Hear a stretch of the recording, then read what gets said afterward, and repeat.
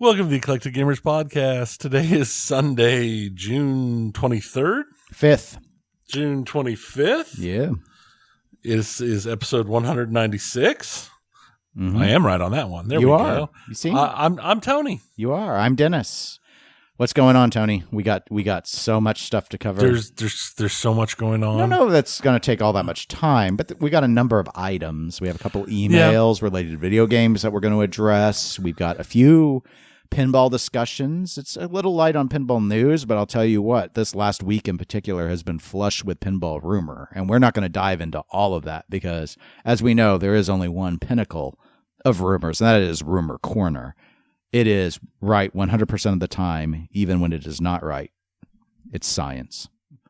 But what have you been doing in terms of the last couple of weeks, besides keeping up with the Ukraine-Russia war and all the fascinating things that have been happening in the last 48 hours in particular? Yeah, no, that ate a lot of my last 48 hours. We almost started the Eclectic Geopolitical podcast. One of these days, we need to do one of our actual eclectic, other random like some of the stuff we really dive into. Yeah, probably someday, probably. But no, I did go ahead and spend the money, and I picked up. Oh no, Blizzard has your money again. Diablo 4s and started doing some Diablo 4s. Okay, it's good. It's really good. I enjoyed it. Right. I've been enjoying it. I'm not horribly far into it. I'm a little ways into Act 2. I would be a lot farther into it, but I've basically completed like Act 1 and a ton of subquests 3 times now because I keep changing class. Like, let me see what this one's like. Well, you need to find one that you're comfortable with. So, because I started with the classic necromancer corpse explosion type. Mm-hmm. Which was fun enough. I was doing pretty good with that one. But I was having some issues with like bosses. Okay. Because I needed to change my build, but I wasn't going to go online and look at builds. I was just kind of playing it by ear, and I kept making adjustments. And finally I'm like, okay, I'm going to try another class. So I tried Rogue for a while, and it was all right. And then I tried Sorcerer, and I was just annihilating everything with Sorcerer. To the point where I finally actually did go online to look up builds. Like, did I just like chance upon in my first build try with the Sorcerer I chanced like it was not the most efficient. It wasn't the perfect, but I was about 75% of what is considered like one of the best leveling builds for Sorcerer, just out of me choosing stuff by reading tooltips and guessing and then testing. So it was I could have done it more efficient, but it was a lot of fun. It's been I ate most of all of last weekend and most of this upcoming, most of the week with that up until Friday night. Friday and Saturday, I spent time back finishing the BattleTech game I was in the middle of when I started playing Diablo. I was like, I should go finish that game before I forget what my plans were. So. Yeah. And then last weekend, you played in a pinball tournament. I was too tired to go. I went to a pin golf tournament. You know how long it's been since I played in a pin golf tournament? No, I can't remember the last time I played in one. I remember it was at 403, and it was years and years ago. Yeah, it's been years since I played in a pin golf tournament, and I did good. There were 2 brackets. There was our qualifying, then there was an A division and a B division. I got second place in B division. But some of the stuff was suitably evil on the pin golf goals. Some of them, it wasn't that bad. Ghostbusters, collect 20 ghosts. Okay, that's not bad. Willy Wonka, score 450,000 points. Okay, not that bad. Yeah. Jungle Queen scored 35,000 points. That can be tough because that's a very house ball oriented game. Very much so. I went from getting on Jungle Queen. I went from I played it multiple times and like I got it in like 2 balls once, and then I got it in 6 once because everything was on 5 ball. And the same, but we had Party Zone was there. And it was light happy hour multi-ball, which is that upper right side orbit thing beside the comic book. Okay, I don't usually shoot that part. Nobody usually shoots that. That game was so rough on like everybody. Everybody was having problems with that one because just nobody ever shoots for that. I took 6 the first time I played it. And then it worked out because I apparently got it dialed in while I was trying at it, because I got it first ball the next time I played it. So that went really well for me. The only reason I was 1 point behind the guy in first place, and that was solely because of it took me 2 balls to get 20 ghosts because I had a house ball 1 of Ghostbusters. He got it ball 1, I got it ball 2. So you have a trophy. So I have a trophy. Yay!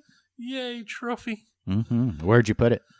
It is sitting up on a shelf with a bunch of... With all your others. With all of my other items. Mm-hmm. With your Funkos? My Funkos, yeah. They're up in my Funkos. And my Lego motorcycle. Oh. Lego cycle. So, what have you been up to?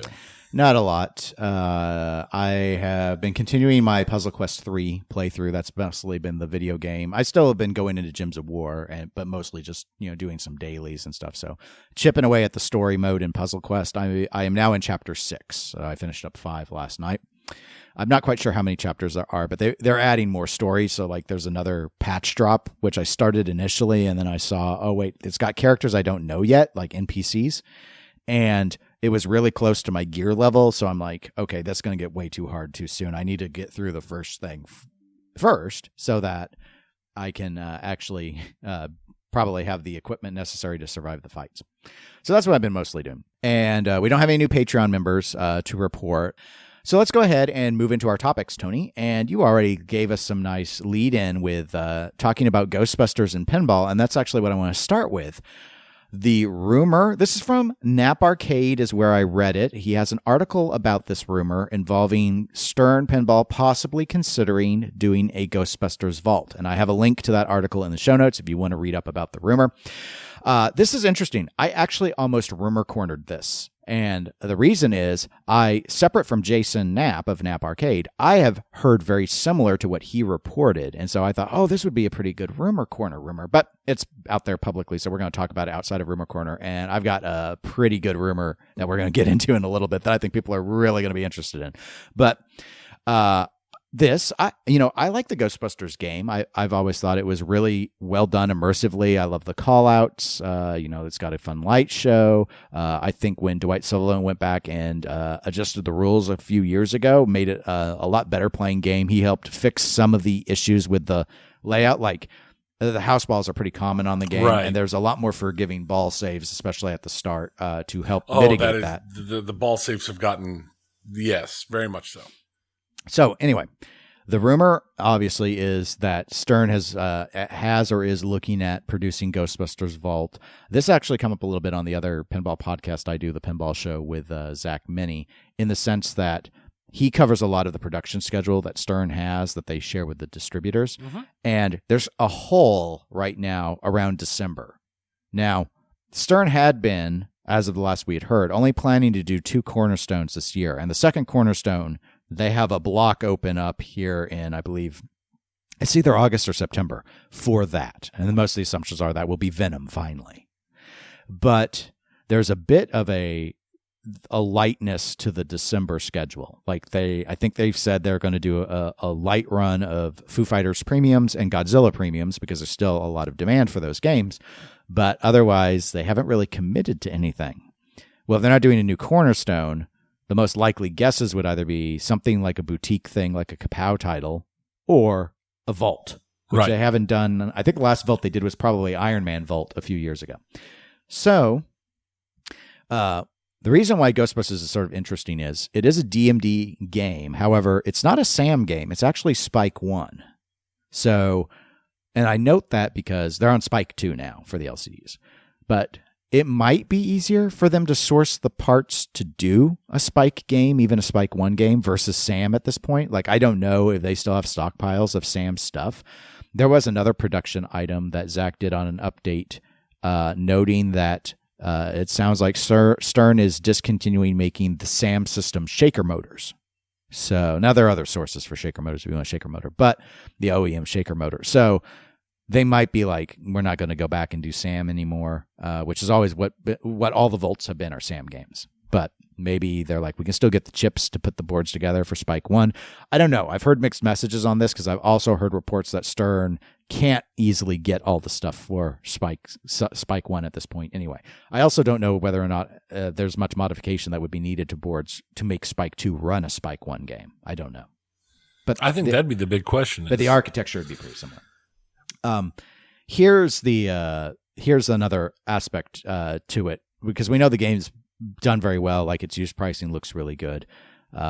One of the aspects is the layout. So, and I'd say the second big aspect is the designer. So for those of you newer to pinball, and I'm going to note this because for whatever reason, there are a ton of pinball entities, I'll say podcasts, that absolutely refuse to name John Trudeau, as if not saying his name somehow erases him from pinball history, which is not how history works. Right. So John Trudeau is the designer of Ghostbusters. He was a designer with a number of pinball manufacturers, and he was incarcerated for, I can't remember what his ultimate charges were. I think it was sexual harassment of a minor. I think that's what it is. But I think there are also some child pornography aspects to it as well. So I'm going to note all this as alleged because I don't remember the specific things that he was convicted or he pled guilty. It was like he's been doing jail time. Right. I think he's out now. I thought so. But anyway.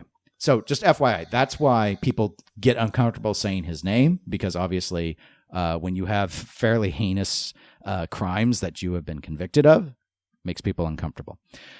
So some of the thought has been Stern may have been reluctant to rerun Ghostbusters despite its popularity because Trudeau's name is tied to it. Now, there's been some speculation on whether or not they would have to pay Trudeau if they were to do the run. My guess, and it's a guess, is no. And that is because I don't think the way Stern does, because these people work for them. Like they've done contract gigs as well in the past. Like Lawler and Steve Ritchie used to not work for Stern and actually do designs on contract. But as an employee, which Trudeau was, I would assume they own the design rights. Now, I have been told that Stern, at least, does have a milestone thing that they do with designers. So, like, if Godzilla hits a certain number of sales, there's like a bonus. And right, but it's not like royalties. Right, it's not like, oh, my episode got rerun. That's my sense. Yeah. So my assumption is based off of a certain, probably finite defined time period. If certain sales milestones are met, there are bonuses that are provided. This being a Vault, I would assume it's past all of that. So there's probably not an issue of, because this is part of the rumor. The thought process is that Stern would be very embarrassed if it leaked out that they were sending money to Trudeau. And so that might be a reason, should be. And so that would be reason alone not to rerun the design. However, there's also the thought that's explored in Knapp's article about fixing one of the biggest complaints about Ghostbusters, which, as you probably recall from playing it last week, is the flipper gap. A lot of people hate that flipper gap because it's very houseball. It's more of a space between. It used to be called the Trudeau gap because he had a lot of games like that. I had heard that Stern had claimed that gap wasn't supposed to be there on this game. They missed it in their reviews because they don't put them on location anymore until the games are done, and that it just was like an error, and that Trudeau had never meant for there to be that sort of gap. I've also heard that the gap is necessary because otherwise some of the geometry on the game doesn't work right. I don't know if any of that's true or not. Again, this is all speculation. But the thought would be, what if Stern modified the layout, something they've never done, like they've fixed things on Vaults before, like when they vaulted Star Trek, for example, there's a screw in the back near the pop bumpers where if you've ever played on my game, sometimes when it feeds out of the pops, the ball gets stuck and you have to shake the game. They've like changed the screw back there. So on the Vault versions, that doesn't happen. But that's not a change in the geometry. That's a fix. The thought is, what if someone like their chief designer, George Gomez, were to close the flipper gap? Then they can say, well, this game's been redesigned, not even have Trudeau's name attached to it anymore, and move forward from there. So, I mean, what do you think of the rumor? Let me ask it this way. Do you think that Stern should vault Ghostbusters? Like commercially, do you think that makes sense? I think of all of their older games that I can think of that are also after Iron Man, it was the one that makes the most sense to vault.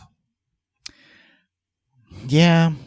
I think it would be a smart game to vault. Like, it's very, there's new movies coming out that have been fairly popular. and that's a good point. That's something I had been forgetting about is, and I think there's more stuff coming out with the Ghostbusters world. Yeah, because that new movie came out last year. I haven't seen it. I haven't seen it either, but I've heard it reviewed pretty well, and there's supposed to be a sequel to it coming soon. I don't know when. I just recall reading it online at some point recently. So that means it's still kind of in the public mind. So that would give it another reason to put that in there. The question is, like you brought up, can that gap be closed, which it should be closed in a way that doesn't mess up the geometry? Do you close it with a center post? Do you close it by bringing everything, by just adjusting and bringing things in a little bit? Do you go to I don't know, 6-inch flippers? Yeah.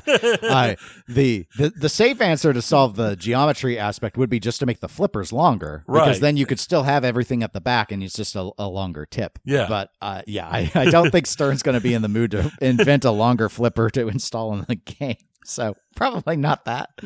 I hadn't thought about the center post as just a simple strategy. And that's interesting. That's going to come up here in a little bit. Yeah, I think a center post would be a good, solid way to not change any geometry as long as you put a real bouncy.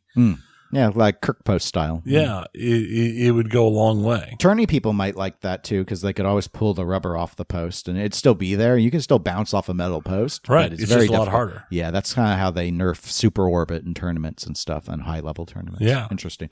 Okay. I mean, I agree with you. Commercially, aside from Trudeau's name being attached to the design, there's no reason not to revisit this game. It's big enough. That gap is wide enough. You could probably just put a pop bumper right there in between them. That takes the BOM too high. They don't want to spend that much money. That'd only be on the premium version. Yeah. Now, do you think they will actually vault it? So we talked about the logic of it, but do you think they actually do? Do you think they're going to do that in December? I don't really think they will. Just because I feel like they've moved away from the vault, and I feel like cutting down their cornerstones so much and then leaving an opening and doing a vault feels a little weird. I feel like it's more likely a spot that's probably setting aside for a Kapow title. I agree. I don't think they vault Ghostbusters in December. I agree. I don't think they vault at all. However, I don't think it's a Kapow title either. I think Stern just isn't quite sure yet, what's going to still be the most backlogged. And I think December gets filled in probably with Godzillas and Foos, and they actually just up the run because they're still trying to catch up. That does make sense. That's my guess. I mean, if I was going to sit down right now and drop the money on, say, 3 pinball machines, Godzilla and Foo would be 2 of the 3. Mm-hmm. So, and I also some of the steps they're doing. We'd already heard about, and I believe discussed on the show, how Rush is essentially discontinued at this point. It's all but on paper. It's not got any runs planned even into 2024. So they'll probably just the license isn't expired, but they're probably just going to allow it to expire. Also, given some of the accessories and stuff that they've been doing or announcing final runs on and stuff. I'm getting the impression, and this isn't surprising, these have been out a while, that Stern's probably also looking to drop a few more games out of production. And if I were to guess, it would be, at this stage, Iron Maiden, probably getting close to the end of running that, because it's been out it's Owen's first game. It's been out forever. And Deadpool. I think they're getting ready to finally stop making Deadpools. Again, very successful games, but they've been making them for years. And how many different parts do you want to keep stocking and trying to manage, especially when you have large backlogs of Foo Fighters and, quite frankly, Godzilla still? I mean, it's a lot. It's a lot to let languish in order for you to pump out another game. Or, in the case of a Vault in particular, pump out a game that already had its shot. And how many DMD-era games do you expect to sell at the same price as the LCDs? Because they never give a discount on the Vaults. They're always as much as the regular. And games. here's the thing. Well, I think of that era zone, Ghostbusters is the most sense as a vault. Personally, I'll say it as it's always been said, and they'll never get it back. Lord of the Rings is the game everybody really wants vaulted. Yes. And honestly, I would like, probably rethemed, because it would make sense. I would love to see some new runs of World Poker Tour. Yeah, I don't know if there's enough. I don't think they'll ever. I don't think they'll ever reuse that layout. But they won't. I just enjoy it. Yeah, no, I understand. Yeah, no, it's. I mean, yeah. If I were to look at Stern's back catalog of everything they've done since becoming Stern Pinball as a standalone from Sega, and say what would I vault? Yes, I would definitely say Lord of the Rings is the right answer. However, they've never vaulted a White Star. Like, they did a gold edition of Lord of the Rings, but like, since the vault thing, they've never gone back. I don't know how readily available they could even get White Star boards put together. So given that, they would have to move it to a new board set, and that, I think, all of a sudden moves it into being a lot more work. Right. They've never, the most like intricate vaulting that they've ever done was Spider-Man Comic, where they changed the art and they changed the dots, and I just don't think they're going to do that with vaults, because it's a lot of work. You might as well just put out a new game. They'll probably sell better.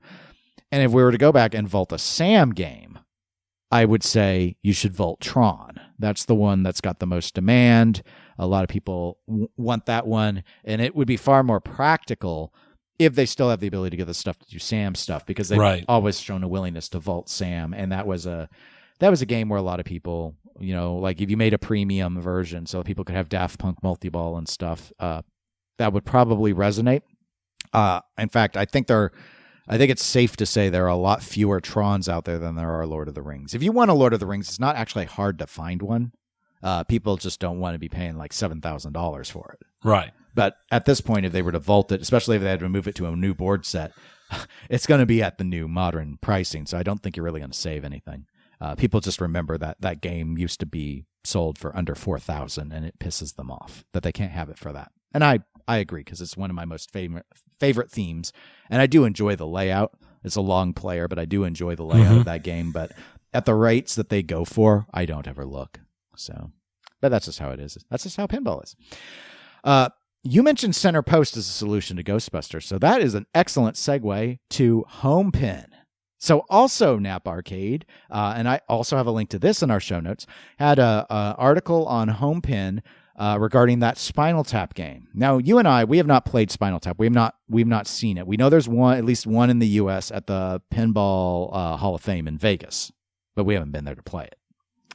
Road trip. Yeah, we could road trip it, but we're not. Okay, we need more Patreon members to do that road trip. That would be a heck of a road. That would be a fun Our Patreon's road only trip. Contracted a little bit over time, guys.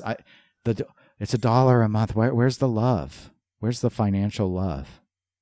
Feel no obligation. But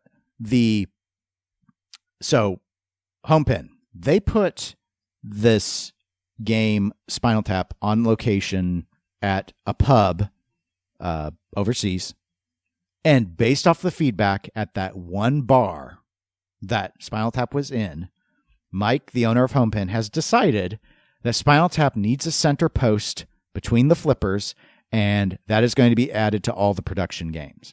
And I note production games because I want to clarify something that I was not clear on until I heard an interview with Mike from Homepin.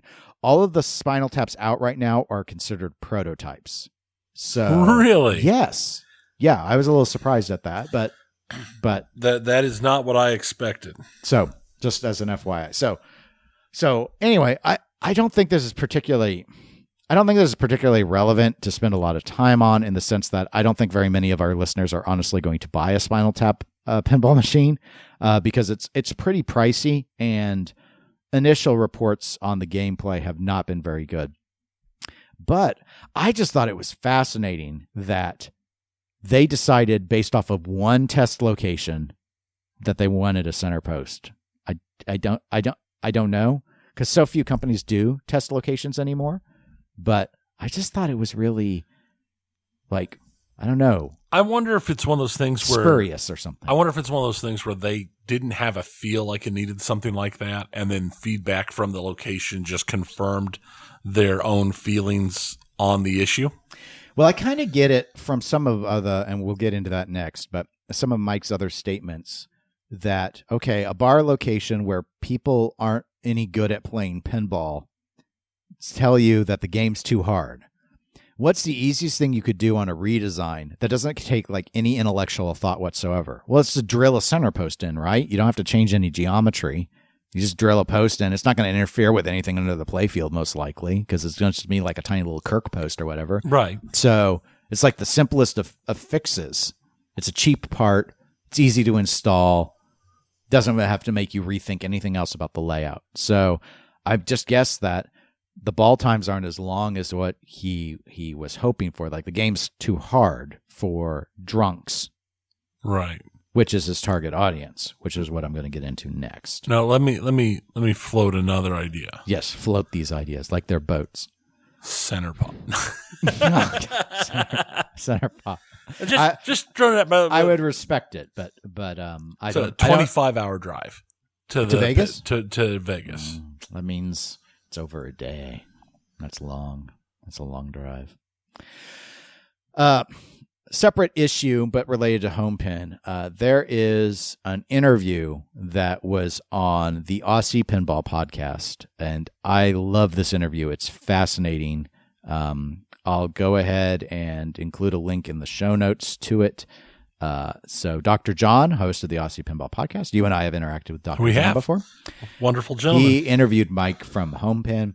And this is where it gets tough with me doing two different podcasts that talk about pinball, because I've already talked, I feel, an excessive amount about the interview, and I don't want to go on more in the sense that I feel like it becomes ad nauseum for anyone that listens to both shows, though obviously there is a degree of listenership that does not overlap, that doesn't like the pinball show that might listen to this one.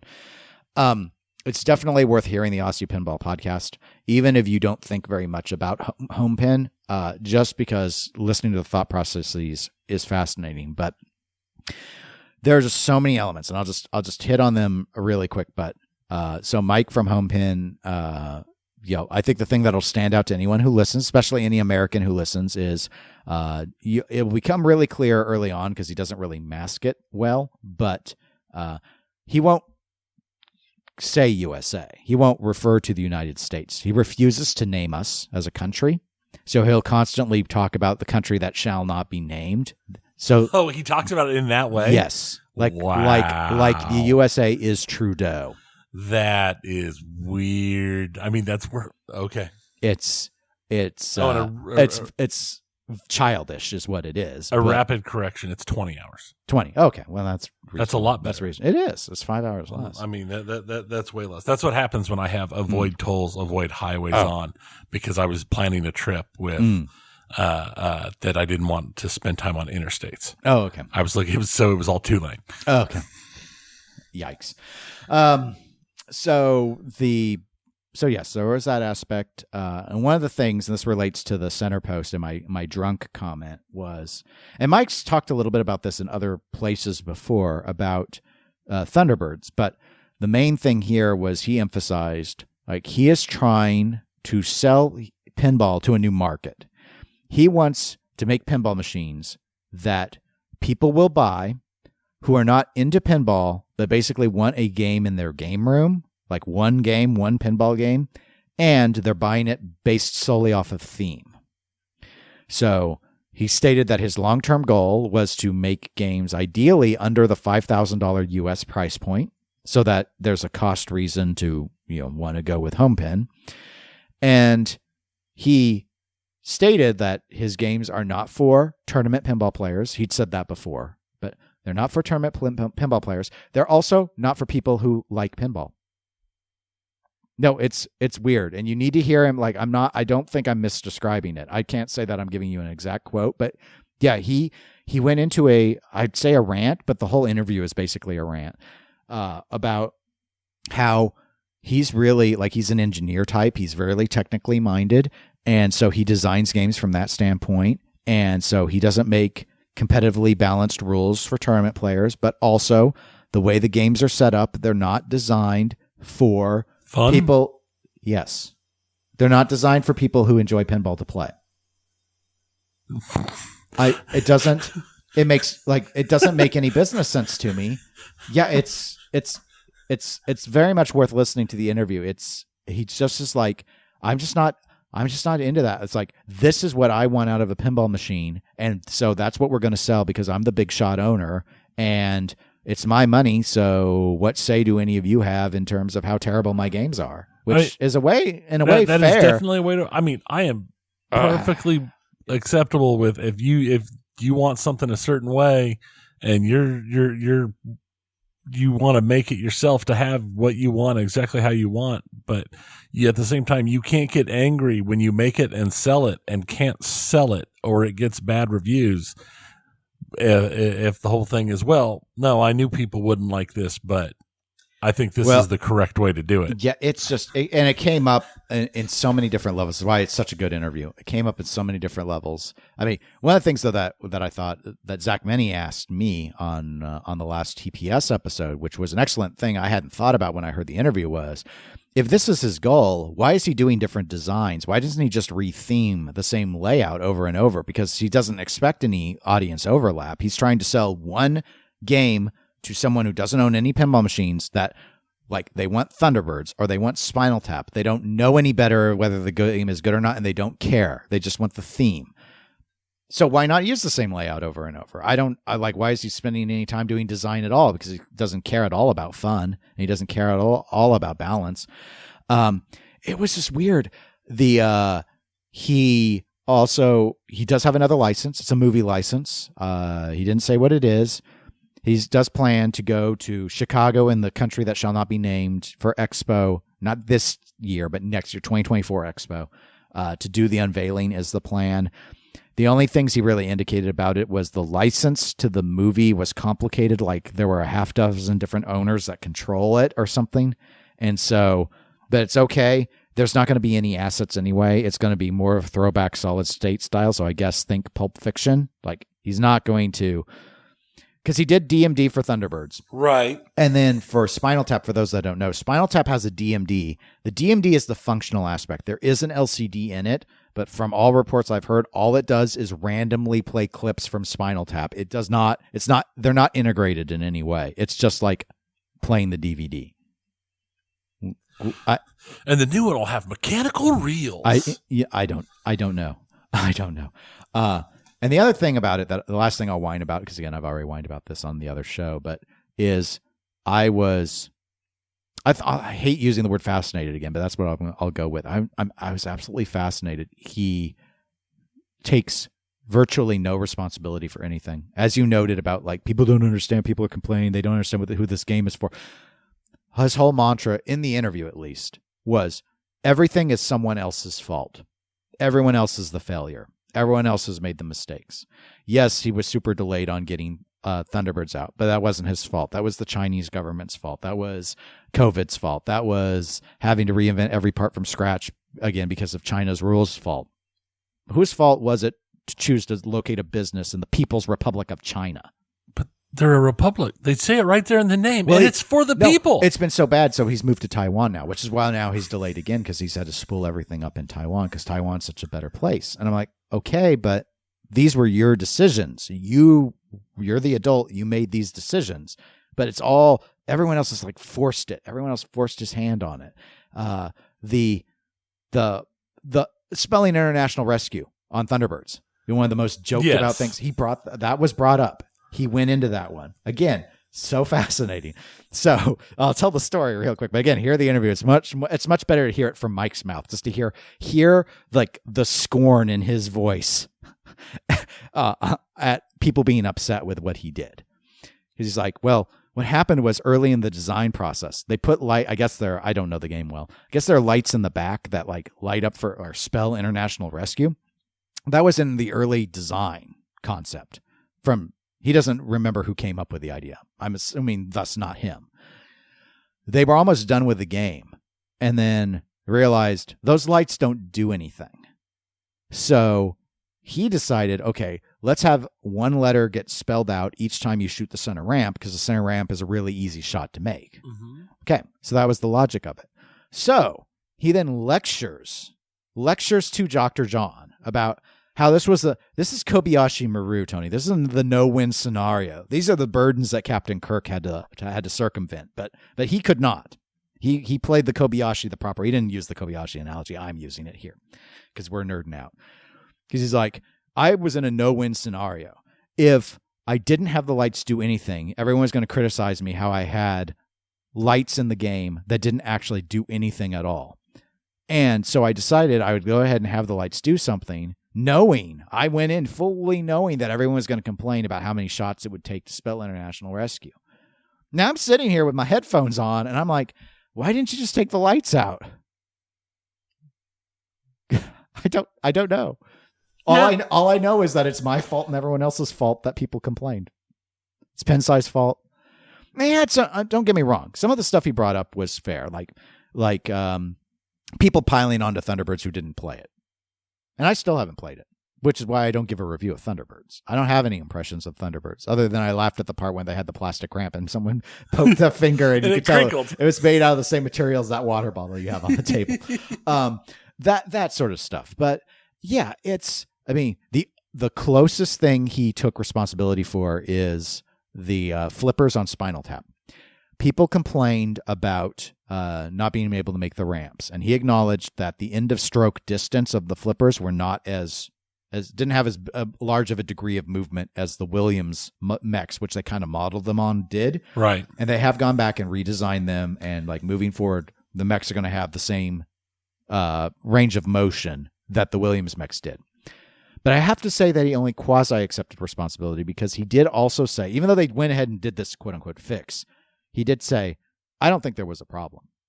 I think that they worked fine, but people complained about it. Get good, son. Get good. No, they went ahead and fixed it for people, but he thinks they were wrong that they couldn't make the ramps as they were. So his design was good, but yes, it wasn't a one-to-one Williams experience, so he went ahead and coddled them and made the adjustment. Get good, son. The last piece. Why can't you backhand that ramp? The last piece I want to point out, because I thought it was fun too, was his discussion about the inability to update the code on Thunderbirds, and Spinal Tap allows it. So you might not remember because you didn't own one, so who cared?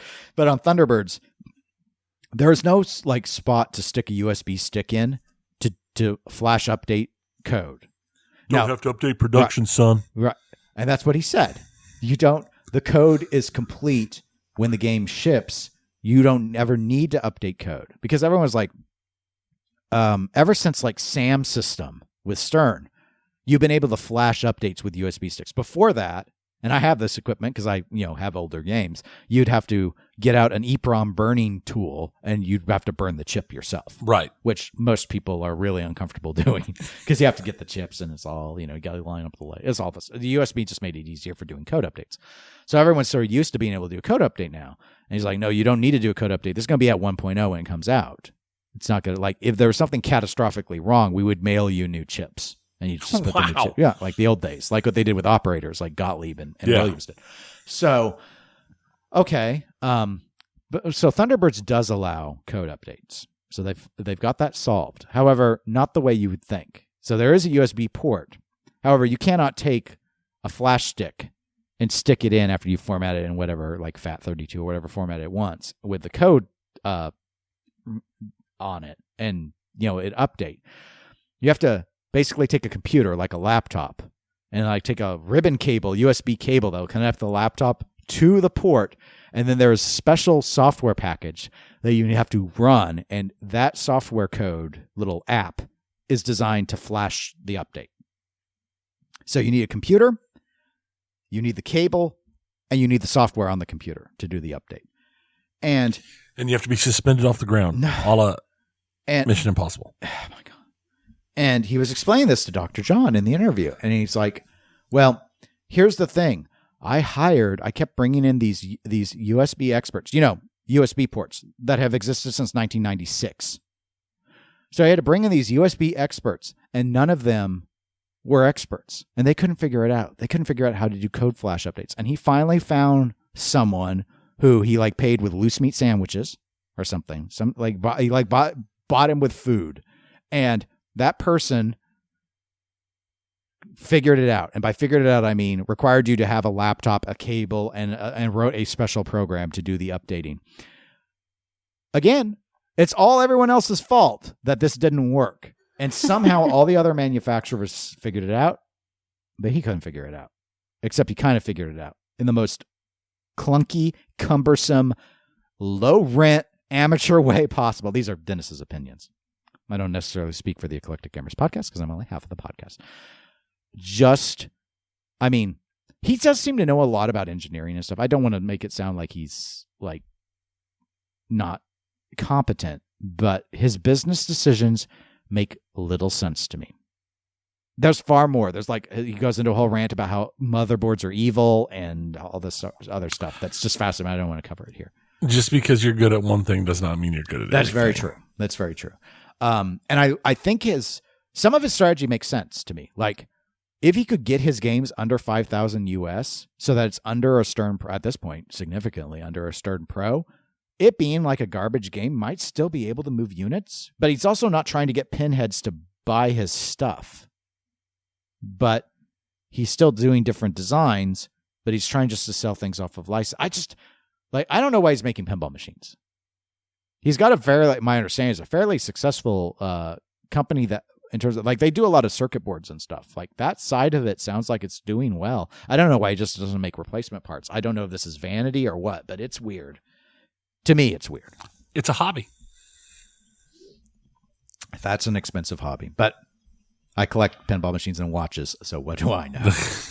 I know all about expensive hobbies. We only have one more thing, Tony. Is it time? It is time. To climb the mountain? Not a mountain, a corner. What Climb sort of corner? What sort of corner do you think? I think it's a corner of rumors.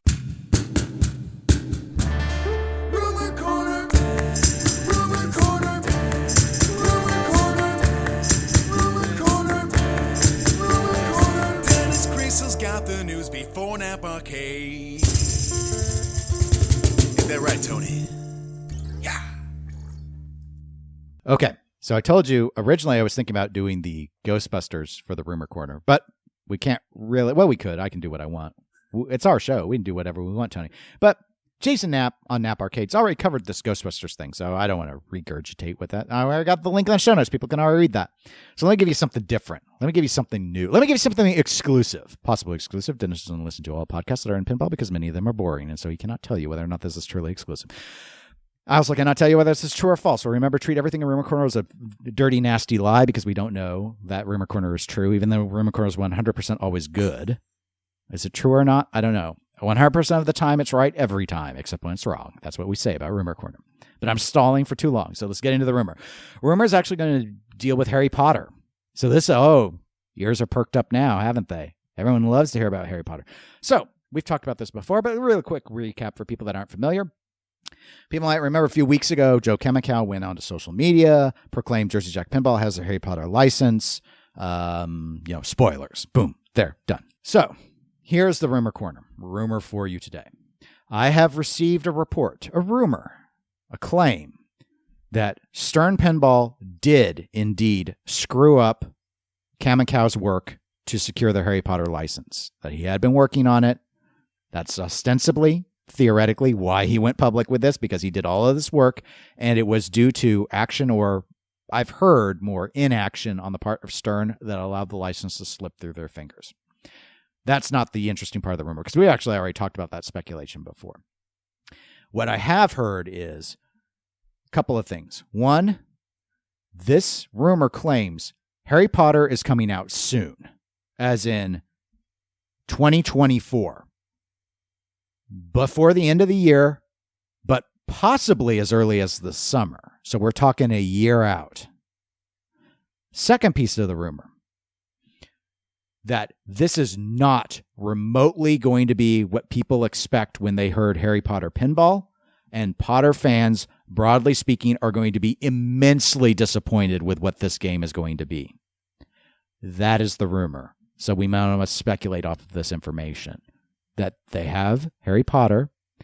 It's coming out really soon, so the development cycle either was already underway, or if it's being undertaken, it's going to be basically ready to go, possibly in under a year. I'll tell you what my thought is, Tony. My thought is, think about like Stern's The Pin line, or you want to go even more extreme, think Zizzle.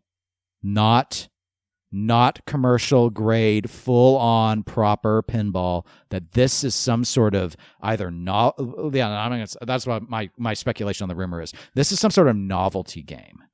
It might still be pinball in the sense that you are using flippers and hitting a ball around, but by novelty, I mean more toy-like, or again, and this wasn't part of the rumor, this is part of my speculation.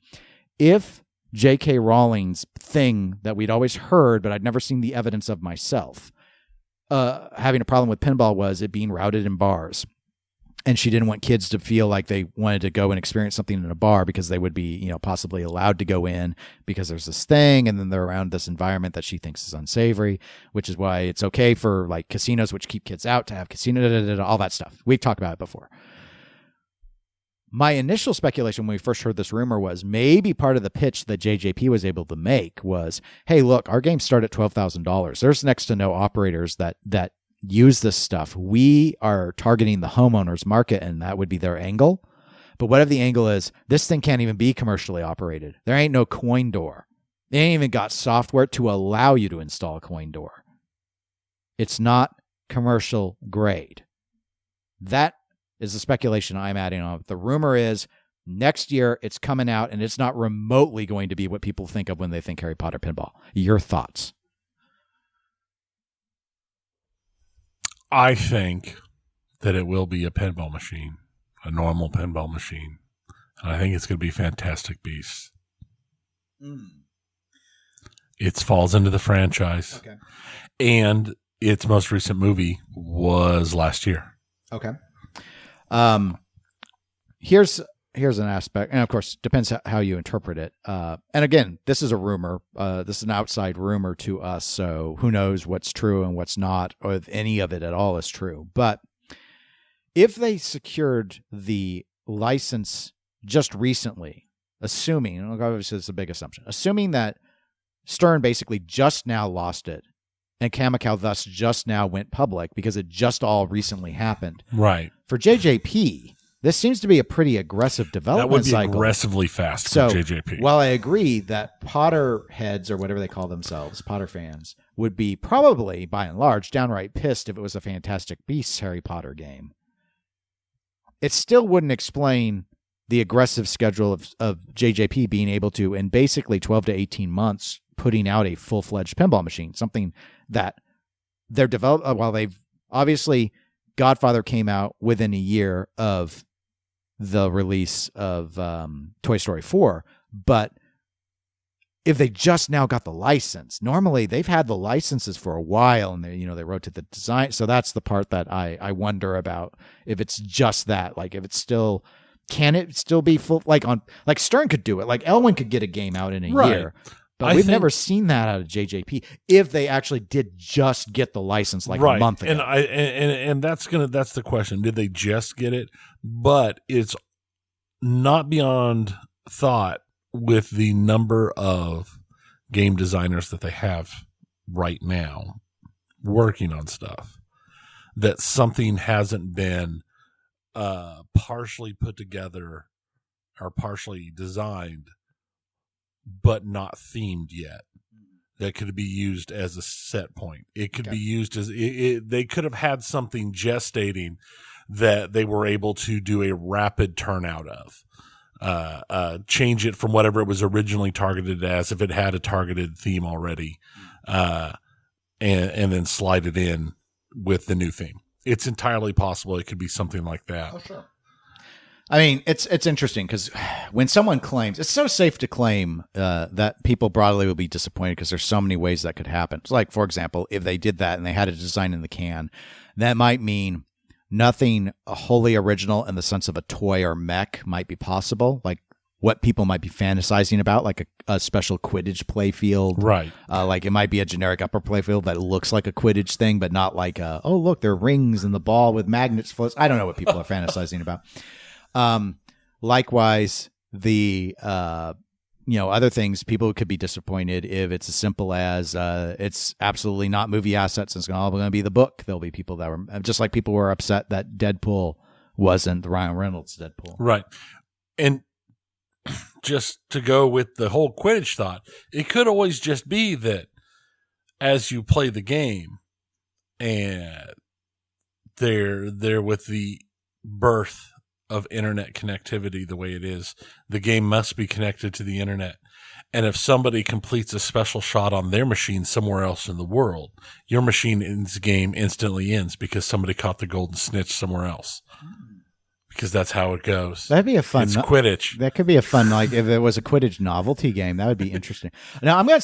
You could get it ball one and just end the game. That's all rumors. So I'm gonna stick with my speculation. I'm gonna stick with that. No, this is gonna be. It's not gonna be like a normal JJP game. Something's gonna be a pachinko machine. That would be funny. I wouldn't want to count that as pinball though. I still think it's gonna be pinball-esque, but I don't want to go. It feels so weird for me to say I don't want to zizzle them because that's like a toy, but that's where I'm leaning. With the development time, because it would sell. It would still be good money for them. It'd just be a different audience. I just have such a hard time. They talk so much about how quality and deep and everything else, and that's what all their talk is about. For them to turn their backs on what feels like their core identity so much, that's where I have the hard time tracking with that. That's fair, but they got the new factory. They have multiple lines now. Right. Maybe it was just like, it didn't come to fruition. Remember, American Pinball was going to make that Flying Dutchman thing or whatever, and they were trying to do more than just pinball. They wanted to be able to build other arcade novelty games. Right. And it just didn't work out, but the capability is there. Now, you could be right. Maybe they are going to make something like that. And that's where they're going to release a whole bunch of different pens to cover all of the movies. To make that a realistic capacity. I just thought of another one. This idea. It's a pinball cabinet, like their traditional size cabinet. It's virtual. It's a V-Pen. Oh, man. So it's all software driven. Oh, crap. I could see that. They did virtual pinball for the Toy Story 4, like one of those mini games is the virtual. So they have the bones to a virtual pinball game. They could put it in a full-size cab, take the coin door out, say, look, it's not real pinball, J.K. Rowling, so it's okay. It's a video game, and you've endorsed Harry Potter video games. She has, repeatedly. Video games are okay. And then that's... Have I cracked the code? Is the rumor... Maybe. Is the rumor-tained? Possibly. Could be. Anyway, this one was a real interesting one. I don't know what to think. I have no idea. Because the whole Potter fans are going to be disappointed. I can already say, I just assume that Potter fans are going to be disappointed. I think they're going to be disappointed no matter what. Exactly. And that's not a dig at JJP. I just think it's like Star Wars. It's just so big of a license. People are going to have something in their mind, and they're not going to get exactly what they're thinking. The hype has gotten to the point where it is impossible to do what people want. Exactly. I mean, so no matter what, they're going to be disappointed. But I can just totally see them doing a Fantastic Beast, just the rage. That's interesting. I hadn't thought about that. The rage would be hilarious. I think. Is it Harry Potter if it's Fantastic Beasts? It is. It's is the he Harry in Potter it? Universe. But Dumbledore's in it. Yeah, but other Harry Potter's are name in is. I'm thinking the character Harry Potter because everything else is like Harry Potter and the Sorcerer's Stone. And right. Stuff. Like, well, that's just one story. Is it Harry Potter in the Fantastic in a bigger Beasts? universe? Will Harry be under a plastic that you can only see when you clean it? Like where's Harry? Yeah. Thank you for cleaning me. Okay. Well, that's it. So I guess we can go to video games now. Okay. We do have a couple emails. So I'll go ahead and continue spewing words out of my mouth for a little bit. So first one I want to cover is from Glenn W. Thank you for writing in. I'm not going to quote the entire email, Tony, but I'm going to quote the part that was relevant to us for the discussion points. And Glenn writes, I am not a video game guy. All of the major releases come out, and I don't play any of them, except for the Zelda releases. I've played through all of them since Ocarina of Time. I was hoping to hear about your experience playing Tears of the Kingdom to only be met with tears of disappointment. In your opinion, is Nintendo only good at releasing movies? Is the Zelda franchise not that good? Is the Nintendo Switch not worth owning? could you maybe have a segment, Nintendo Corner? Well, thank you, Glenn, for writing in. First off, no, we're not having a Nintendo Corner segment. So that said, we do talk about the Direct this time. We do, but we're not to that part yet. And that's not what he asked about either. He asked specifically about our thoughts on Tears of the Kingdom. He was hoping to hear about our experience playing it. Well, it's really simple, Glenn. I don't play Tears of the Kingdom, so I don't have an experience, and that's why I don't talk about it. Tony, what are your thoughts? My Nintendo was lost to the family, and my Switch was lost to the family. And in all technicality, I think it's in the spot where I can reclaim it now because my wife has her own Switch, so it's once again something that I could reclaim, and I just have not done as of yet. I love Breath of the Wild. Breath of the Wild was a great game. I like Zelda. I am not, like you get certain of the older video game franchises, you get a certain type of player who it's their big thing. You got your Zelda fans, you got your Metroid peoples, you got your Marios and your Sonic peoples. I'm not any of those. I enjoy all of those games, but I am not the huge fanboy. So while Tears of the Kingdom I want, and especially the more stuff I see about it and this little building construction thing that it's got going on, I really want to play it. It's not been so much of a priority to me to have grabbed it as of yet or set up my Switch or tried to reclaim my Switch. I don't even know where my Switch is right now. The family's got it somewhere. At one point, my wife had my Switch set up in one room and her Switch in another room, and then both of my daughters have their Switches, and I don't know. I don't even know where it's at. Because at one point, my wife was still playing Animal Crossing on my accounts with Animal Crossing on my Switch, and then on her Switch she had her Animal Crossing, and they tied I don't know, islands working together, one of them used for storage for overflow. I don't know, it's crazy. I haven't had a chance yet. And for me, it's one of the games that would probably fall into once the price comes down some, I will grab it once I get my Switch set back up and such. But I've not done it. It's nothing bad about it. It looks incredibly fun. It's just not a game that jumps at. It's the same way we'll be talking about a whole lot of Mario games because they just announced a whole bunch of Mario games, and some of them I think look great, but I'm not going to be like day one adopters. It's just not how I play anymore. And a lot of the stuff is just not my primary game type anymore. Yeah, for me, it's not about. I'm not a connoisseur. No, yeah, well, maybe I'm a little bit. I was going to say I'm not a connoisseur of the Zelda games. Like I played the first 3, and then I kind of just moved away from it. Like I had a roommate once who let me start. Like I think it was what's the one that everyone loves? All of them. I guess it was Ocarina of Time. Okay. And I started it, and it was just too old, and I just didn't get into it. And I was like, I don't think I'm going to continue this. And it's so there's that aspect to it. Even though the game I think looks great, it's nothing against the game.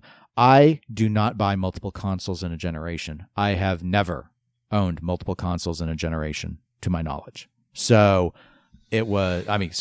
For me, it was. You can make the argument. I have a GameCube in downstairs, and I don't know whose GameCube it is because I swear I never owned one. But there's a GameCube in a box downstairs, under my stairs. So I could tell you the cycle, not counting PC because PC is separate from console. But you can consider Switch a handheld. Yeah, it's a console. Because you owned a Nintendo Advance at one point, and you had a console. Yes, but those didn't plug into the TV and were consoles. Like the Nintendo Switch is a console. That's what it is. It's a console. Look, just bear with it. Just roll with it, okay? Also, I didn't buy those. Those were gifts. So, like, I didn't buy my GBA. I never owned a DS. I had a GBA because I had to play the Busket game. Busket. And I didn't buy that, it was a gift. So I had the GBA. You got gifted the GBA so you could play with the Busket. Well, we ended up playing the Busket, I think, because it worked. I don't know how it worked out. I don't know. It was someone's idea. It's not my idea. because I didn't know you wouldn't stay loyal to the Busket, so that was just a bad experience all around. But the Thug did not need to stay loyal to the Busket. Thug had a hit point pool that allowed him to ignore the Busket when necessary. Yes, that's what he claimed. But I did have a Game Boy as well. But yeah, my console, and I think of Switch as a proper console. It's got the power. It's designed to be both. Nintendo's doing weird stuff, which is smart for them. But like they retired their handhelds because they're kind of like, we're everything now. Right. So, I mean, long story short, I don't think anyone really cares. But my cycle had been NES, Super NES, PS1. I skipped the next generation and only did PC gaming at that time, so I didn't have the next gen. 360, Xbox One, Xbox Series X. That's my life cycle on consoles. So it's not that Nintendo only does good at releasing movies. It's that there's no reason to own a Nintendo console unless you want to play Nintendo exclusives, because it's an incredibly weak system compared to the PS5 or the Xbox Series. And most of what I play is third party. So I would rather have a fixed position. I play here. We're recording in my living room right now. That's where I play my console games, is in the living room. And I don't need it portable. And that's why I don't own a Switch. It's not good enough for me to want a whole other system to charge and manage and keep the games and pay attention to. I've got plenty of stuff I haven't even played. I don't need more time sinks like that. So what about a Steam Deck? I have no interest in one, but I wouldn't ideologically be against it. But I'm not ideologically against the Switch. To me, it feels like wasting money buying multiple systems like that. And some people are all in and they collect every gaming thing that comes out. And I am not like that. I just don't care enough to do that. I'm like, it's not efficient for me. I have dozens of games installed on my Xbox, and honestly, I probably have a couple dozen at this point on Steam, and I rarely play Steam games that I've never touched. So why waste more money? That's my logic. This is such an interesting discussion. Well, we're moving on from it. Thank you, Glenn, for bringing up this discussion, yes, because I find it immensely interesting. Owning multiple consoles is a waste of money. For me. No, I understand. Like, imagine if I owned, let's say I owned a PS5 and an Xbox Series X. Aside from the exclusives, isn't it like, okay, well, which one do I want to play Call of Duty on? Which one do I want to play Street Fighter on? Which one do I want to play the Battlefield on? You know, it's like, maybe just pick one and not drop another $400 on something that does basically like 90% the same stuff. Now, Nintendo's got a lot of exclusive, but again, what am I going to do? Throw my hat at things as Mario? Like, how long am I going to play that? Is it really worth several $100s? Because that's what you're asking me to spend. Does it make sense when you're like, well, but you spent several thousand on a pinball machine? No, you can point at all sorts of stuff to say where it doesn't make sense. I don't judge people for owning multiple consoles. I've never seen the motivation to do it for me, because I've got plenty of video games. And I've never gone and turned on the Xbox and gone, darn it, I'm out of games to play. Guess I better spend more money. Never happened. Never will happen. Interesting. Mm-hmm. Moving on. Thank you, Glenn, for the interesting discussion. Sorry that we don't have anything to say about your most precious game of all time. Maybe if it was good, we would play it. The Jason Y wrote in. That was harsh. No, it wasn't. I've heard nothing but good things about that game. You know what? I read one review that said that Breath of the Wild is better than Tears of the Kingdom. I don't know why. I should say I read one review headline. I didn't read the review because I don't care. I read one headline. I read one headline. So I'm just saying it's not universally like seen as the greatest thing since sliced bread. Yes. Some people think it's just equal to sliced bread. Glenn loves this. He wanted this. Sliced bread is I good. wrote him and I told him we're going to cover this on the episode. And he's like, oh gosh, I'm worried. He's like all worried that his email was too harsh. And I was like, don't worry. It will be responded to accordingly. Don't you fret. It is a valid thing. Don't you fret. It is a valid thing. We'll give you lots of discussion. We don't talk about a whole lot of the Nintendo stuff because, again, it's primarily just. Well, I don't play. Don't play, and I haven't really played any Nintendo stuff in a while either. Should I play Nintendo? I could. It's just like, but I got other stuff. I just don't feel the need for it. I just don't. No, I understand. So it's like, why don't I cover Pokemon? I've never played a Pokemon game. That's why. I just don't. Would I like the Pokemon games? No. Probably. Nah. No, I'll say probably. probably. That way it stings even more. Yeah, probably. Nah. But you know what? I'm puzzle questing right now, so leave me alone.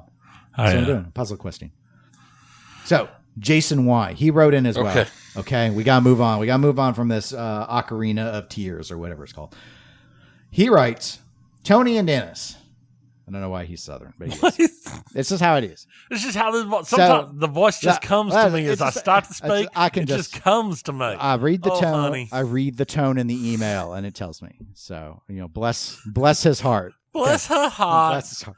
Jason writes, so I'm sure you guys are going to talk about the Nintendo Direct news. Spoiler, we will. But can I just say how excited I am for Super Mario RPG Legend of the Seven Stars remake? This is one of my favorite games of all time, and I'm curious if you two have ever experienced with the original and what your thoughts on the game were. I mean, the timeless turn-based combat, the quirky isometric view, the Mario meets Final Fantasy storytelling, the plot twist, the music. Beep. I just censor that next part. Got to change my pants now. Look forward to hearing all the news on your podcast. Love the podcast, Jason. Well, Jason, thank you for writing in. You're not going to love the podcast in a moment because, no, I never played Super Mario RPG because I never cared about it. And I also don't own any Nintendo consoles. I was going to say, we're already in the middle. So basically, what console did it come out on? What console did it come out on? SNES. Okay, I did own a SNES, but I did never happen to. And I played Mario games, but I never owned this one. Yeah, I'm almost positive it was a SNES release. Okay. I did not play Super Mario RPG. I did play Paper Mario, which was the style of game that kind of came after it. Right. I've seen, I've watched speed runs of some of this stuff, but I've not played it. But yeah, no, I've not played it. I've never heard a bad thing about it. Everybody loves it. Nor have I. It is one of those games that's always talked of as a pinnacle, and then like, oh, didn't you love it the first time you played it? And you're just like, I never played it. When I heard about what the Nintendo Direct covered when it came out, my reaction was, I think the Super Mario RPG remake is probably the biggest news in the Direct. That was my reaction. I agree. But obviously, that's subjective. Everyone's going to have their own take. But it was the first thing I heard trumpeted about after the Direct. I have not played it because I didn't know about it at the time when it came out, apparently, since I own that system. I didn't have a lot of SNES games, though. I was starting to do more PC gaming then, so I kind of moved away from it. Because again, as you hate Mario. As you have realized, Tony, I'm very linear with my gaming, and I tend to stick with one thing. And then when the new generation happens, maybe I shift. But I don't do a lot of multi-platform gaming, even with PC and console. It's always kind of been all-in sort of stuff for me. But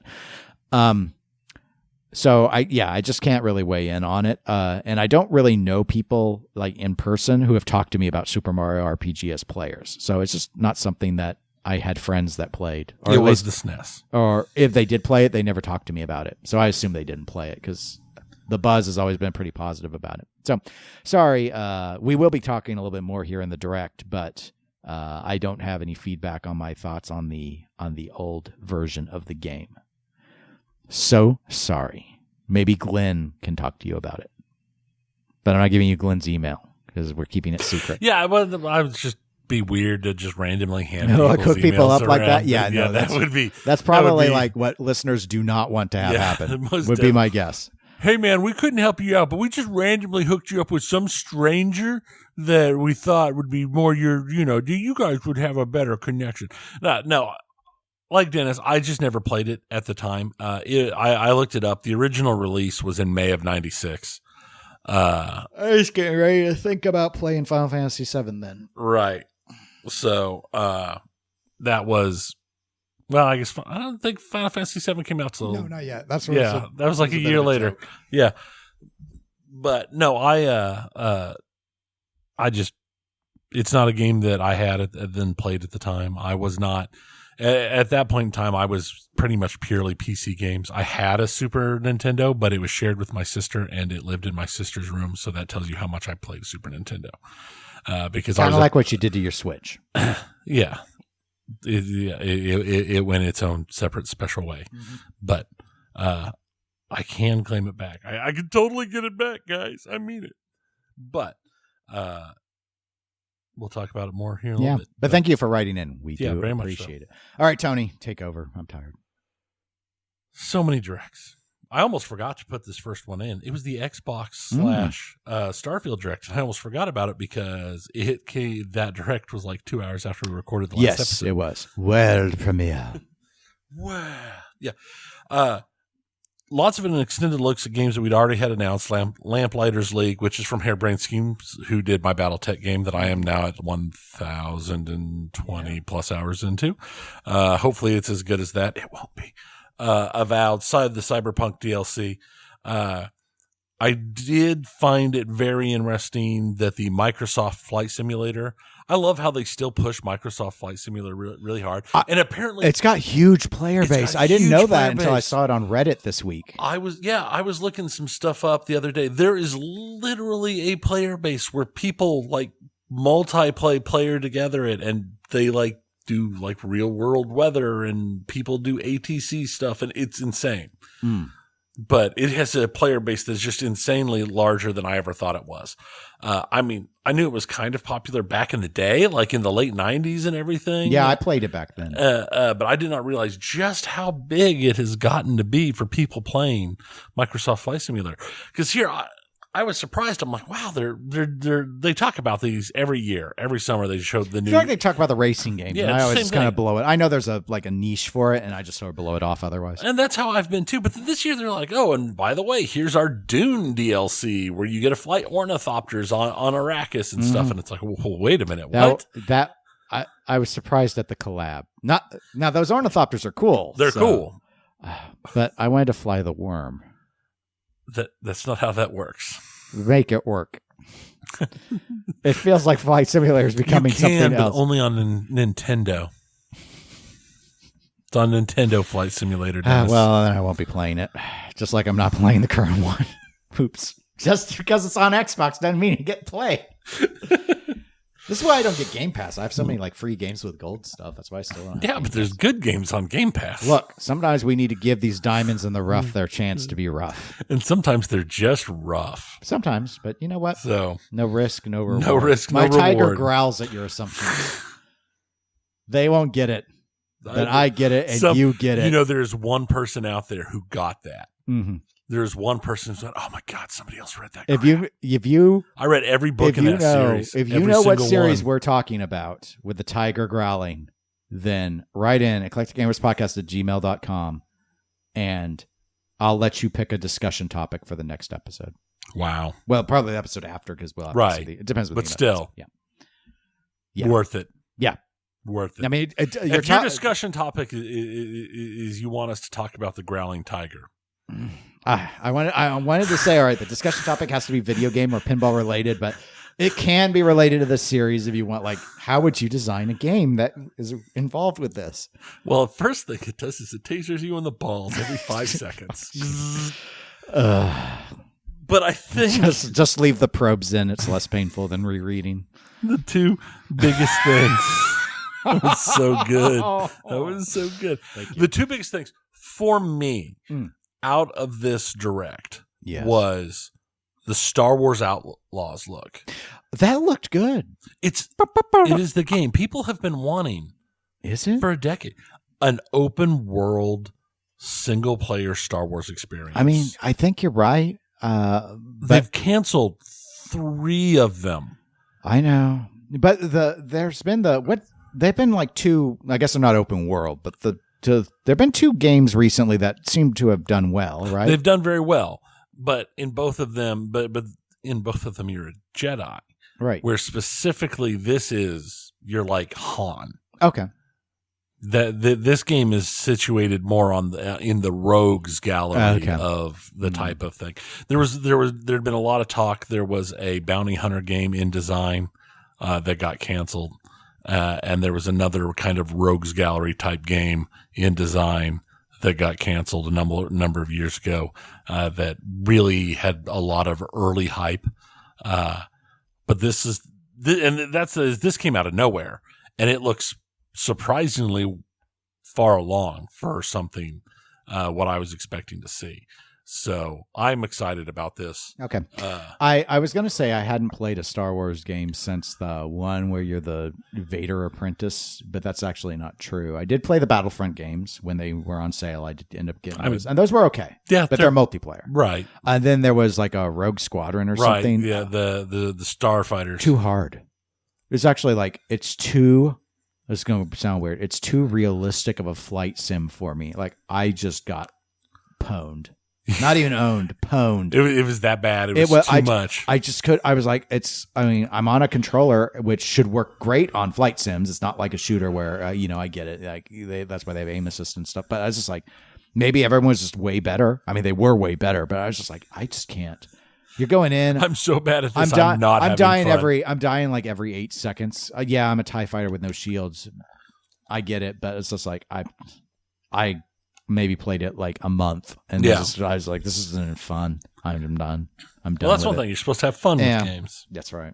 So anyway, but okay. So yeah, I can see the excitement for this. I don't know if I'll be in the market for it yet or not. We'll see. I have high hopes for it being something like an Uncharted for Star Wars or Far Cry for Star Wars. But the big thing was the giant Starfield, like hour-long deep dive direct release. I didn't know if I was going to sit through it, but I'm glad I did. Because my first impression of Starfield was not good when they showed the very first stuff months ago. Right. It was just, I was like, is this it? That's actually my reaction. This is it? Now, my opinion has shifted somewhat.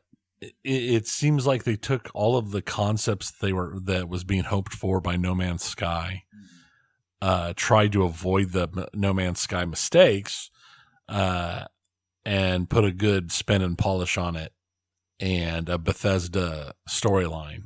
Yes, I have to admit, I'm interested. Seeing like the ship modification, shipbuilding stuff surprised me. That is not at all what I expected to see in such a game. Yeah, you'd think they'd need at least a decade of alpha. Oh, wait, no, that's Star Citizen, not Starfield. Well, even then, you don't get to design the ships. The ships are already designed. You just pay real money for them. Yeah. I'm actually pretty excited about Starfield now. It looked way better than I thought it was. Like, I didn't like the shooting mechanics or anything when I first saw it, and now it's just there's so much more to it than I thought it was like going to be poor man's space Fallout, and it looks way better than that. So, but it's Bethesda, so it's gonna be buggy as crud at launch. Yeah. Now, supposedly, Microsoft is saying that it is the least buggy Bethesda release ever. That's not a high bar, though. Valid. I really like Bethesda. I was so excited because I commit to only one console. I was so excited when Microsoft got Bethesda because Bethesda might be my most favorite studio at this point. I can see that, but they buggy. They are buggy. You just gotta accept it. I find it hopeful that they acknowledged that they has to have launch problems. We'll see how it actually goes, but yeah, I was deeply impressed by that entire segment of the show. I was interested, and now I'm waiting. I'm ready. I want it. Okay. The thing that has surprised me was it resonated so well, not just with me, but across the board, that I've seen stuff constantly about Starfield. Little news drops here and there, little people doing deep analysis of the videos that were released and grabbing stuff out of the background. Pretty hardcore. It's like surprisingly hardcore as people have been going through stuff. So I think they have succeeded in generating a huge buzz. Hopefully this won't be Redfall 2. Yeah. I wouldn't normally, what's the biggest blunder Bethesda's really had? It was Fallout 76, which wasn't single player. And is enormous now. It's hugely popular. Okay. Once you fail, once you No Man's Sky it, I write you off. I don't go back. Yeah, no, and that's. I had no interest in Fallout 76. I still don't have any interest in Fallout 76 because I don't really care for Fallout as a multiplayer game. It doesn't matter to me. But it has a surprisingly large player base. Okay. Much bigger than I expected. Well, because I'd always heard stuff for saying this game's trash, this game's trash, this game's trash early on, but it has really segued, and now most of what I hear is, well, they fixed all the bad stuff, and now it's an actually really good game. Okay. So Good to know. I'm still not going to play it, but and then there was also the Nintendo Direct, which has some big things. The Pokemon DLC. Everybody's excited for Pokemon being able to have DLCs now. As we've talked about, the Super Mario RPG remake. That's the thing that I've heard the most buzz I think it was about. probably the biggest surprise. Right. And I've heard the most buzz about it. Everybody's excited for it. I saw an article where the composer for the original one confirmed that she is doing the music for this one, and the comment section was just insanely enraptured with that fact, because the music in the original is considered a classic video game music. So it is definitely one of those things that hit everything. What I found actually interesting was Super Mario Wonder. It is a throwback to side-scrolling 2D Mario. Okay. But it's like on an acid trip. Like in the trailer, like the flowers are talking to Mario, and at one point he grabs a power-up and everything starts dancing, and the light and the light goes all weird, and there's all sorts of strange stuff going on. And then he grabs another power-up and everything goes back to normal. I mean, it is like full-on acid trip Mario. But from the trailers, it looks like it has 4-player simultaneous same screenplay. Okay. I don't know. I don't know what is going on with this game. He grabs a power up that turns him into an elephant in a Mario outfit. I really don't know what's going on, but I am intrigued. I would like to see more. I mean, it is full on. Would you like to know more? Yes, I would. Thank you very much. New WarioWare game. I've played a few of those actually and they're fun on handheld back when on my GBA or whatever. Back when you had a handheld. Back when I cared, yeah. Now I have a phone. Don't you all have phones? Well, maybe when Microsoft attempts to purchase Nintendo and then gets turned down. They should. Just buy it. They'll try and get turned down. Then PlayStation will try and succeed. PlayStation will just enter into timed exclusives for all the Nintendo stuff like they do with Final Fantasy. Yeah. I'm not buying your console just because you do those mean things. There's a Princess Peach centered game on the way. They didn't release much information about it. It was very much a teaser look. They're doing an enhanced version of Luigi's Mansion 2, which is a game my daughter loves, Luigi's Mansion games. And they announced a new Detective Pikachu game coming back. Oh, okay. So, yay. Yay. I guess. I only know the movie. I'm the same way. I only know the movie. So, but it definitely was a good direct for people who liked Mario. It was a very Mario centric and Mario forward direct. Maybe that's what the other M stands for in Metroid Other M, Mario. Anyway. That's the new Mario. Yes. Samus takes off their helmet. It's not Samus, it's Mario in there all along. To be thematically correct, it would be Peach in there when the helmet came That doesn't off. make the other M joke work. True. EA has decided to split itself into 2 separate organizations. So that it's easier for Microsoft to buy them? I don't know. Oh. They're splitting themselves into EA Sports and EA Entertainment, which is who used to be EA Games and is going to be continued to center on non-sports related gaming. Okay. Which means, based upon the quality of EA non-sports related games as of lately, I guess that section's going out of business pretty quick. Because I'm pretty sure EA Sports has been keeping them afloat. The Microsoft Activision deal, the FTC filed a temporary ban on the buyout, and it succeeded, and they're going to federal court. which will actually speed things up compared to what was the original timeline we were looking at. Microsoft does not seem to be overly upset by them going before a judge. In this case, in their court filings, Microsoft made sure to say, to be fair, most of the court filings have been redacted. There's only a few parts that are visible, but they made sure to say that they have lost the console wars. They have 16% market share and is ranked 3rd out of 3 in console sales. They are doubling down on the how can this be breaking stuff when we are the smallest people. See, I'm supporting the little guy by just buying that. That's Xbox. that's what it is.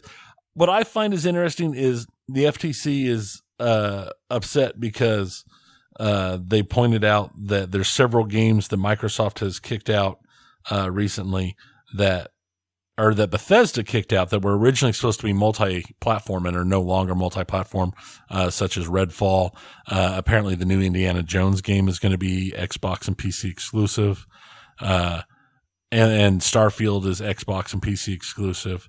They're pointing out that this exclusivity is hurtful for gamers. So let me tell you what I'm really hoping to see come out of this. I hope that they do ban this purchase. I hope that the courts come down and say, you're right. This does take choice away from gamers. And then I hope they step back and say it is illegal to sole source games. It can no longer be a console exclusive because that is bad for gamers. And they force out console exclusivity by law. I don't even know they have the authority to do that, though. To be fair, they'd have the authority to do that within the borders of the United States of America. I mean, the thing is, because of there's a certain degree of, I assume, maybe I'm wrong, certain degree of freedom on what a business can do, operate, within the bounds of the law and the regulatory aspects. If the designs are to control monopolistic behavior, but the regulatory controls are only in the realms of possession, then they might not have the power to, like, for example, Sony first-party game being exclusive to Sony. I don't know. Again, I'm not an attorney, so I can't give any legal advice anyway. But I don't know if the FTC can go in and say, if you make a video game Sony under Sony, that you have to let other people air it. Any more than does Apple have to give apps that they develop to Androids? And, like, where's the, you're starting to dictate how once they are their own entity, and you're starting to say, well, they have to share. It doesn't get to extend to, oh, well, congratulations, you invented a new cholesterol drug. Guess it's generic.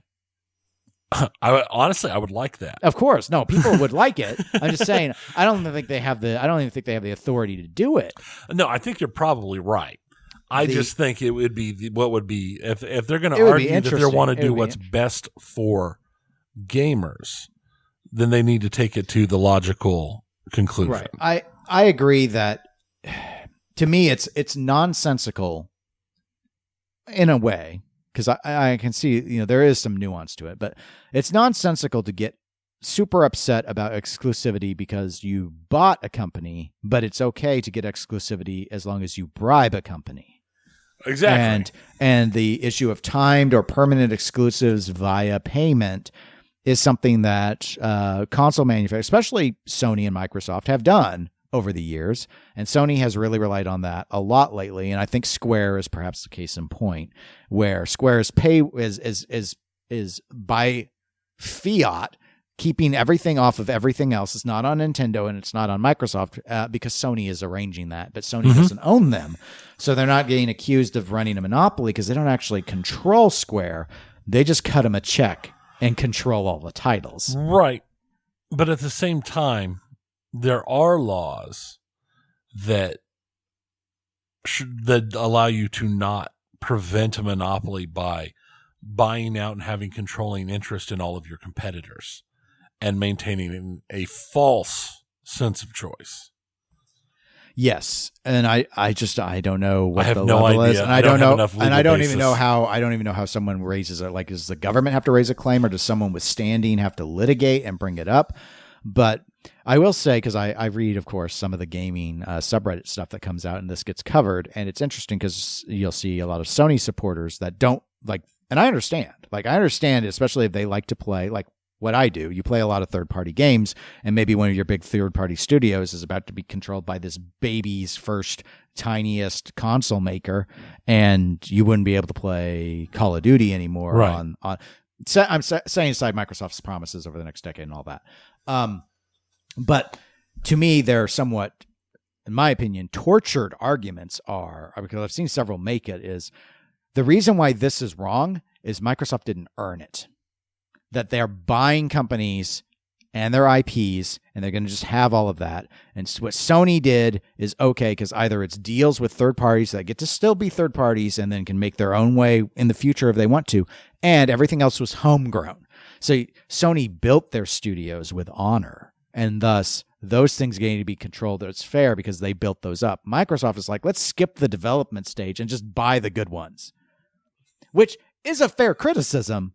But I also think that it's a difference without meaning. Right. It's still exclusivity. Who cares if, I mean, you want to go full on America. Corporations are people too.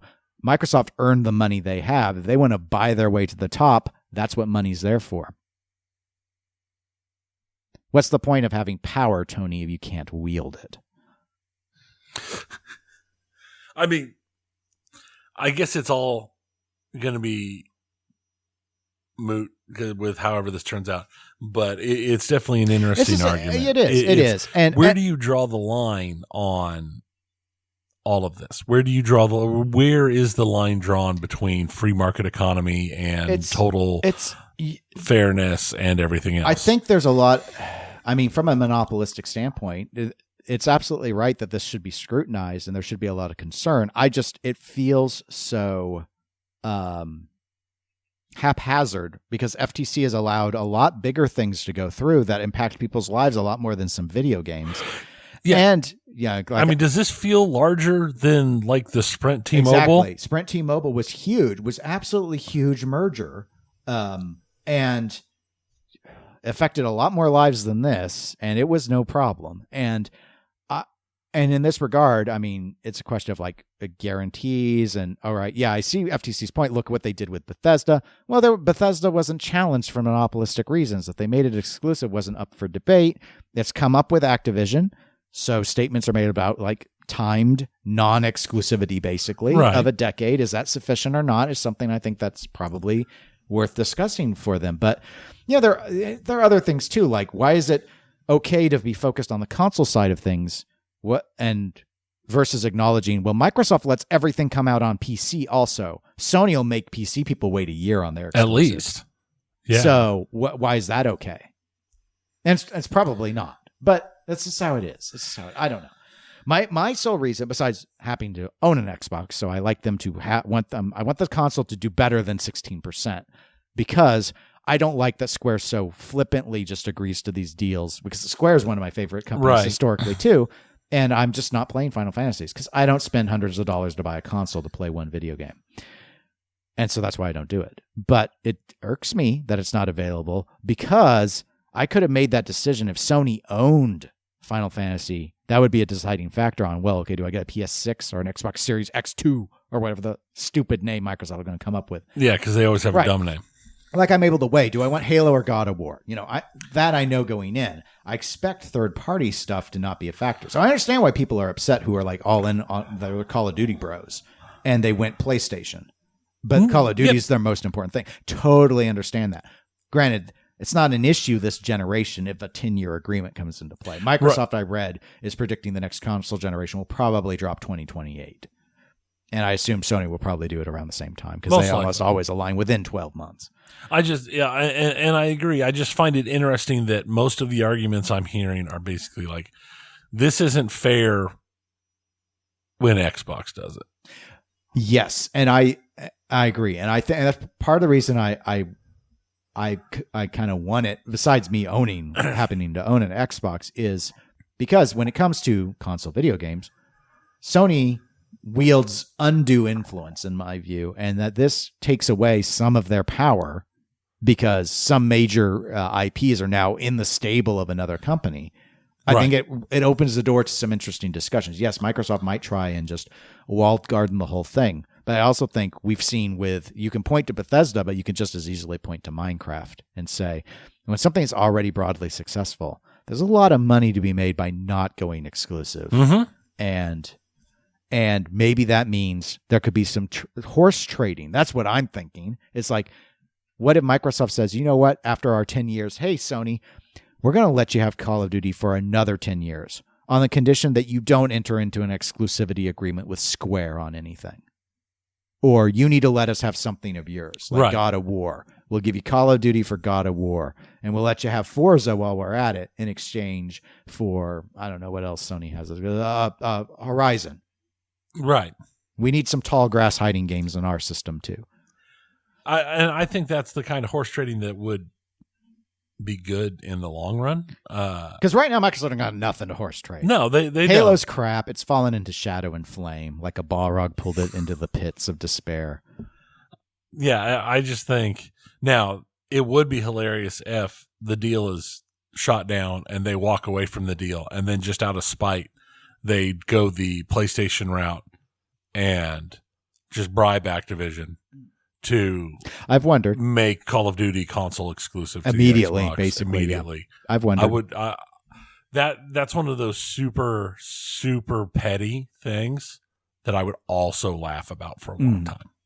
In some ways, that might even be better, though, from my perspective, because then it's like it's getting at the flaw of the system. So there's some added, maybe we'll see some good reforms out of it that would benefit everyone. I don't know. I doubt it'll happen. It's still interesting. The bribe would have to be too high. And just one last Microsoft thing: they are increasing cost of the Series X and Game Pass subscriptions. So that's the Game Pass subscription increase is not a surprise. It's been a few years since they've upped it, and with all of the exclusives that are like day one launches coming. I still ain't buying it. I know you're not. I also have rules about streaming services. You have rules. You have all sorts of weird rules that may or may not make sense. Real gamers have weird rules. They don't just throw money at everything to solve their questions of deciding things. Yeah. I live my gaming frugal. I analyze. I worry about every dollar. That's how you're able to move into the other collections. Yes. You can have collecting as a hobby because your video games suffer. That's right. You have to make the choice. I built up enough Hy-Vee gas card points. I saved $4.01 on my gas fuel up yesterday. You know what? That's, you got to make the hard choices. That's going to help buy a pinball. That's it. That $4. That's how I sacrifice. That's what you do. Sometimes you got to do. You got to give blood. Give plasma for the. I haven't sold plasma. I haven't resulted to that. So, Twitch has released some new labels for their mature content. They're not actually changing their rules. They're just getting a more granular labeling system so that instead of just labeling everything as mature content, you can put it down. It's like, oh, hey, this has excessive tobacco use or drugs, or this has sexual themes, or this is violent, or this has a lot of profanity in it, or this has gambling in it, stuff like that. So it doesn't change anything. They're just letting you get more granular with the labels. Okay. Yeah, that makes sense. That's good. They've added Hype Chat, which is basically YouTube Super Chat, where somebody pays you money during a live, and then their chat comment sticks to the top of chat for a little while and is highlighted and all that. It is, you can, the streamers can set a minimum for a super chat. The highest minimum you can set a hype chat. For the highest or the lowest minimum, the highest minimum you can set is $100. But you cannot turn hype chat off. You have to accept it. If somebody gives you more money than the minimum, you have to accept their hype chat. What's the minimum? The minimum can be as low as $1. Okay. They can set the minimum between $1 See, I don't know, but $100. I haven't looked in on my YouTube settings if you can set ranges. Because I wanted to think on YouTube the lowest minimum is $2 US. I thought. I'm not sure. Maybe it's lower. Maybe that was a suggestion. I've done a couple to test out. You should see if you can send more than 100 to my channel as a test. As soon as you give me more than 100 to send to your channel as a test. Well, that's why we need more Patreon.com/EclecticGamersPodcast support. It's all about, I've got to be frugal to save up for my next Switch that will then be repurposed by someone else. Purchase game, box, system that I'll ignore because I just end up playing computer all the time. See, that's what happens to save the money. And on Twitch, they also introduced a Partner Plus, so they finally are offering 70% revenue split. That's what everyone's wanted. Yes. Unfortunately, what? They're only offering it to people who get 350 or more reoccurring paid subscriptions per month for 3 months. That gets you that revenue split for a year. Okay. Gift subs and Prime subs don't count.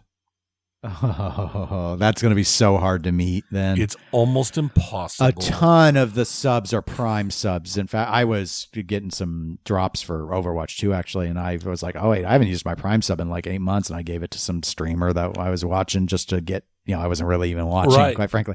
But I was like, when I looked at the chat and you'd see subs come in, most of the time they're Primes. And gifts would, of course, I get that one because that's a way where basically the channel owner essentially could just gift subs to and pay the money to try and get to the higher revenue split. Right. They might think it makes logical sense. I don't think it would, but I don't think they'd make enough money to make up for it. No, but wow. I mean, hardly anyone is going to has 350 recurring to I don't think I'm not even going to say think. I bet you if you combined all of the pinball streamers together, you wouldn't have 350 non-Prime, non-gift subs a month. Right. On all of them. And that was a thing I saw. Someone did the kind of math breakdown of that. It's basically a very narrow sweet spot between the streamers that are so big they have their own special one-on-one deals with Twitch and the normal streamers. This will form a very narrow little wedge of the pie right at the top of the people who are on the cusp of becoming so big that Twitch cuts special one-on-one deals with them. So this probably doesn't really cost Twitch much of anything. No, because it's not going to affect very many people. Once you remove Prime and gift subs. That's so smart of them, though, to pull Prime. Everyone's going to get excited and they're going to see that. And I bet a lot of them don't even necessarily even think just how – it does say in the chat when someone says – it says when they sub them with Prime. It's like it's so much of it. It's so much. It is. And honestly, in a lot of ways, I know I have seen far more Prime subs and people gifting subs than I do anything else because a couple of the streamers I follow, it is not uncommon to have a person gift anywhere from 10 to 100 subs in a stream. And normally that all comes from one person. So it's insane to me. I was in a smaller streamers thing one day, and there's only like 10 of us in there. And there was like one like Prime subscribed guy in there, I guess. And he gifted enough subs to gift everybody that was in chat at that time, which, like I said, was like 9 other people. But it was just one of those things. But none of those would count towards that guy. Right. I mean, to be fair, he didn't have enough subscribers that it would have mattered for him. But, and to finish it out, we're going to talk about E3, which was canceled this year, and everyone was very sad. Yeah. Nobody was sad. No one really cared. Reports are coming out that E3 2024 and E3 2025 are already canceled. Now, the ESA that runs E3 has said that no final decisions have been made about E3 2024 and beyond, and that this is just a rumor. Okay. But these rumors are coming from the report that was kicked out by the Los Angeles City Tourism Department stating that the conventions had been canceled to basically free and basically free up the space. The space is available for rebooking. Okay. So, which one do you believe? Do you believe the people who have the space and say, no? I think this is one of those where the ESA is saying no final decisions have been made about 2024 and beyond. But they have canceled the space booking. Probably. Because they have to do it now or else it's going to cost them money. This isn't COVID where they get to have the national emergency argument to protect their monies. I don't know how they bring E3 back. I think I don't think it's possible. I just don't see it. I think they're having trouble letting go, and I understand that, but I don't think there's a reasonable path at this point. The problem fundamentally comes down to they'd have to have something that would convince the developers to want to come back. And I think they're all doing so well with their standalone, far more affordable events that there's absolutely no point. Yeah. Between all of those and then Summer Game Fest. Yeah. There's no way. I just don't get it. I don't think it's going to happen. Interesting though. So I just like that they're like, no, this hasn't been decided. It's like, yes, it has. If the convention center's for rent again on your held dates, it might not be canceled, but you might be back to having the convention center attached to the DoubleTree in one of the small suburbs. But that's it. That is it. That is all of the video games. That is all of the pinball. That is all of us. We actually had a pretty meaty episode. You can go to patreon.com/Eclectic Gamers Podcast. You can also email us, eclecticgamerspodcast@gmail.com.